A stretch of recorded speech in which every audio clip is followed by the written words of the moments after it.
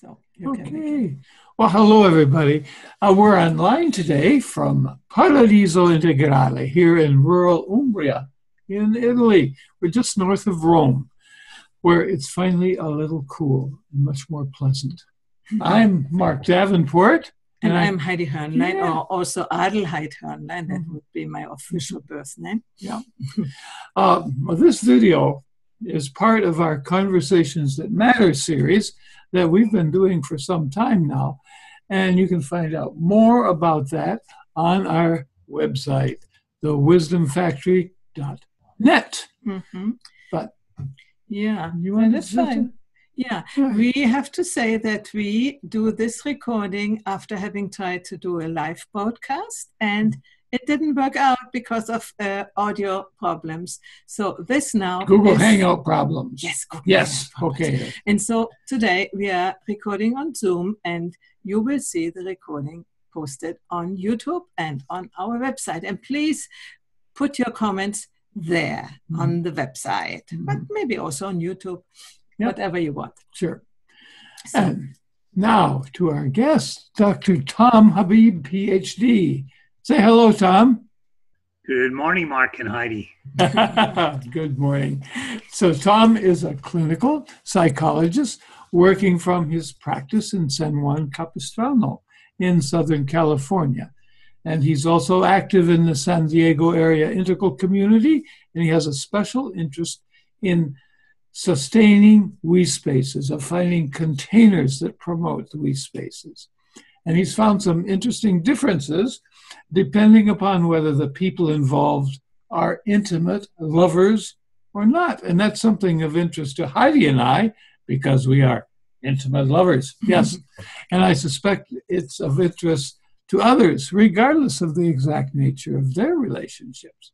So our conversation today, I should say, presupposes some understanding of levels of development, especially as expressed in integral terms. But just be forewarned with that. We trust that we won't get bogged down in too much technical talk about that. And if somebody or anybody wants to learn a little bit about integral theory, you can go to many places, but also to our webpage and to our YouTube channel. We have some videos which are talking about integral and which are giving you an introduction. Yep. Well, Tom, you wrote a tantalizing line in the intro about what you wanted to talk about today, and I'm quoting here: "Who's in the room matters when a group of seekers is attempting to open up into a collective experience many evolutionary thinkers have found. This we space becomes much more challenging for an intimate couple than it is for non-lovers." And that sounds kind of counterintuitive at first view, you know? So, because we think we are intimate and we have a we space. Yeah, we're already, we already do that stuff. But go ahead. That it needs explaining. Well, you did your homework, Mark. I like this. So that's true. At San Diego Integral, we've been experimenting with a process called Focus Integral Group Discussions. And of course, most of the relationships there aren't intimate. But it's really been helping me flesh out, what are the aspects of each individual in order to be able to participate effectively, and not to feel overexposed, not to retreat in that moment when it finally coheres and develops. And my experience doing a lot of couples therapy, I've found that it's much more difficult for a couple to do it also. That even an eye exercise, like if I ask a couple that have been fighting quite a bit, can you look at each other for 1 minute and don't look away and you can't smile? You can see them viscerally react to that moment of, don't make me do that. I don't want to do it. And it's because of the accumulation of previous wounds and, failed connections. Many times they don't have a developmental perspective of their own relationship, that they can't even be there in that moment for 1 minute. So indeed, I'm finding that as difficult it is for a group of people, even integrally informed people, to show up in a collective, it's even more of a challenge for the intimate couple. Yeah, I remember when the first time I did this exercise, it's many, many years ago, and it was really hard to look into the eyes of another person and keep looking. You know, it was like, oh, you want to go. Then the experience is when you are in a group now with this experience just, you know, getting normal. And then you can have these openings and you feel in a wee space, but you know, tomorrow you are somewhere else. While in a couple, tomorrow you are not somewhere else. Yes. Right. That's exactly what happens. So I have 3 assumptions on this and points I want to make.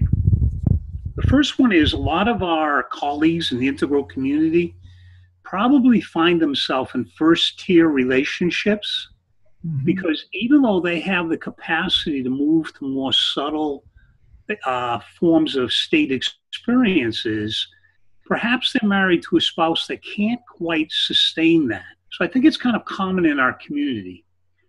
The second one is, as we're saying, that in the intimate relationships, we're going to find all the blocks and obstructions that prevent us from going there because it is such a much more complicated relationship. And then the third one is that the blocks are going to be revealed specifically, and we'll get to them later on when we talk about it. But early on, I want to get right to how we do this in order for people to get a sense of what we're talking about. Because as they envision entering this process, I think they'll feel it in their relationship. And then we can go back and talk about early on, how do you prepare your spouse? And then what it takes individually, what you have to have accomplished individually in order to really do this. Exactly, because I think often in integral community, my experience is that people are able to think in integral terms, but when it comes to really personal things, Well, there is not. Isn't integral all about thinking? Yeah, it seems to be. You know, when it goes about emotion and I'm recognizing the own patterns, I find that not very many people want to go there. So I think that's really true, Heidi. I mean, any of us that are going to bear through integral theory and learn all the nuances of it, we're going to have an intellectual preference. Yeah. But we've all had the experience of running into people that they just resonate and they communicate at a much more visible, transparent level. And they don't even know about integral. They just show up in a full availability. And what a delight they are to run into. Oh, they piss me off, Dad. They didn't do all the work. Yeah. So if I can move on, I wanted to start with a quote by Rumi. Go ahead. Yeah. What happened to it? Oops.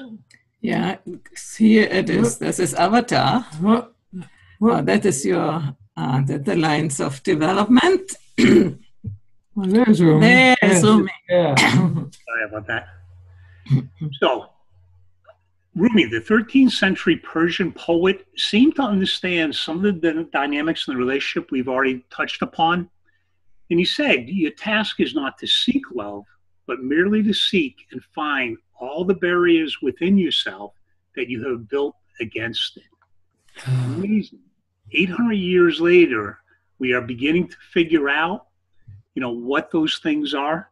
And like I said, we'll get to those at the latter end, but I wanted to get to right away of how do we actually do this? What's the methodology in the lower right? Sometimes I think in the integral community, we love that upper left and that lower left experience, both individually and collectively.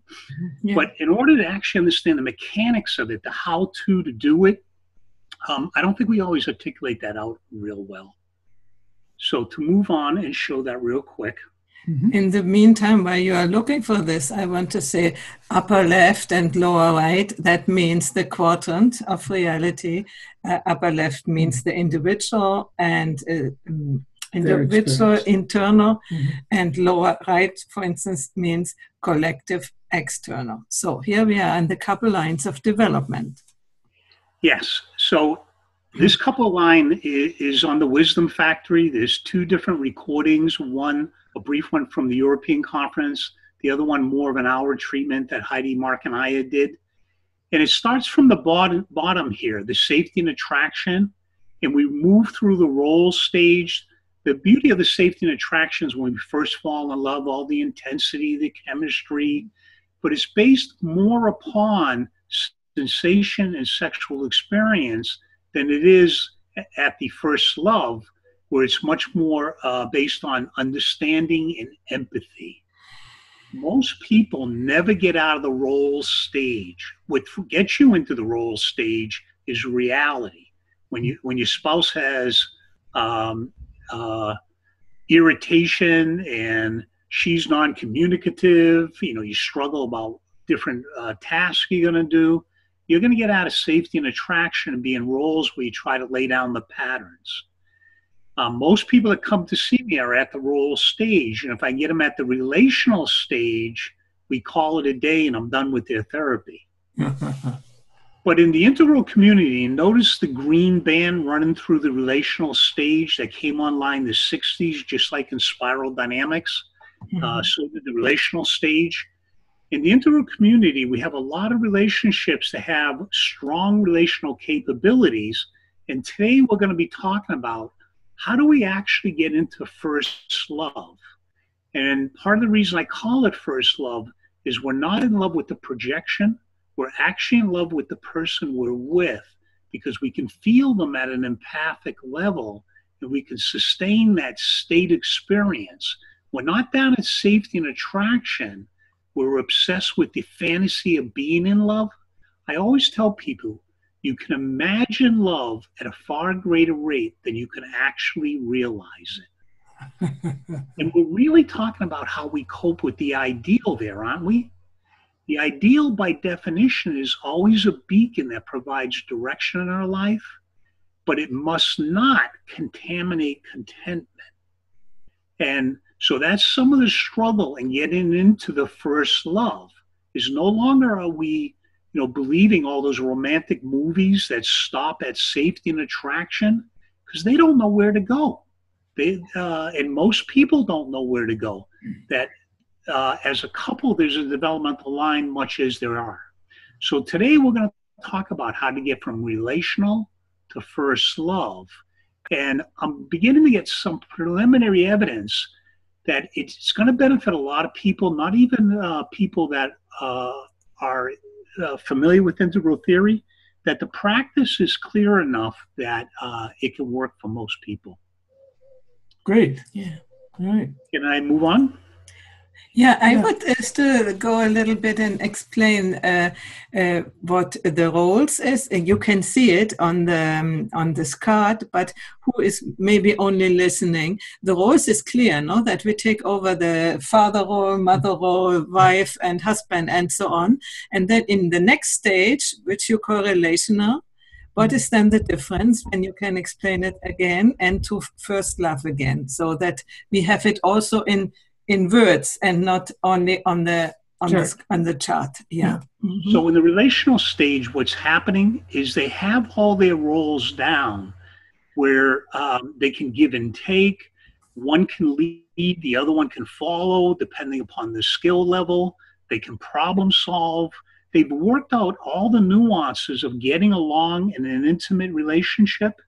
And they don't catastrophize. Everything isn't an absolute catastrophe in a battle for power, separation. They've got a nice rhythm going. But the problem is they haven't really clicked into first love. It's more functional, and they're still diluted by the early fantasy that other people get to stay at,